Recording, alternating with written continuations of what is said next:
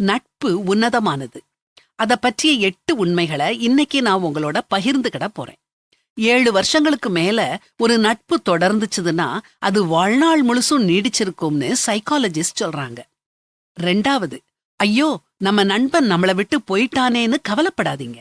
ஒரு நல்ல நண்பன் நம்மள விட்டு எப்பவுமே போக மாட்டான். விட்டுட்டு போறவங்க நல்ல நண்பர்கள் இல்ல. அவங்க போனாதான் நமக்கு நல்லது. 3வது, நம்ம எவ்வளவு நேரம் நம்ம நண்பர்களோட நேரத்தை செலவழிக்கிறோங்கிறது முக்கியம் இல்ல.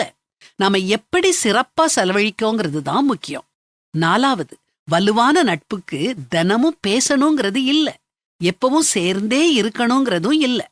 5வது பாயிண்ட் என்னன்னா, நல்ல நண்பர்கள் நம்ம பிரச்சனைய அவங்க பிரச்சனையா ஏத்துக்கிடுவாங்க.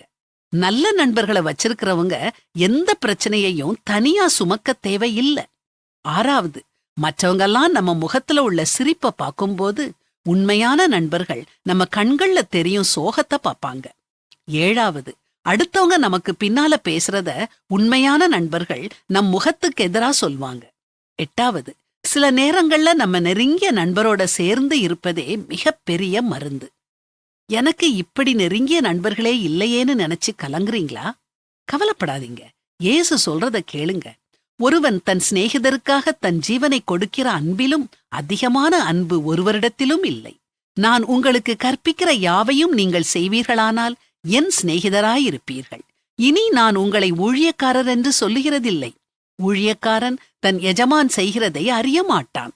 நான் உங்களை சிநேகிதர் என்றேன். ஏனெனில் என் பிதாவினிடத்தில் நான் கேள்விப்பட்ட எல்லாவற்றையும் உங்களுக்கு அறிவித்தேன்.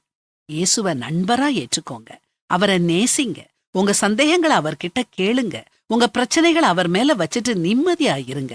உங்க சந்தோஷங்களை அவரோட பகிர்ந்துக்கிடுங்க. வாழ்க்கை மகிழ்ச்சியா இருக்கும்.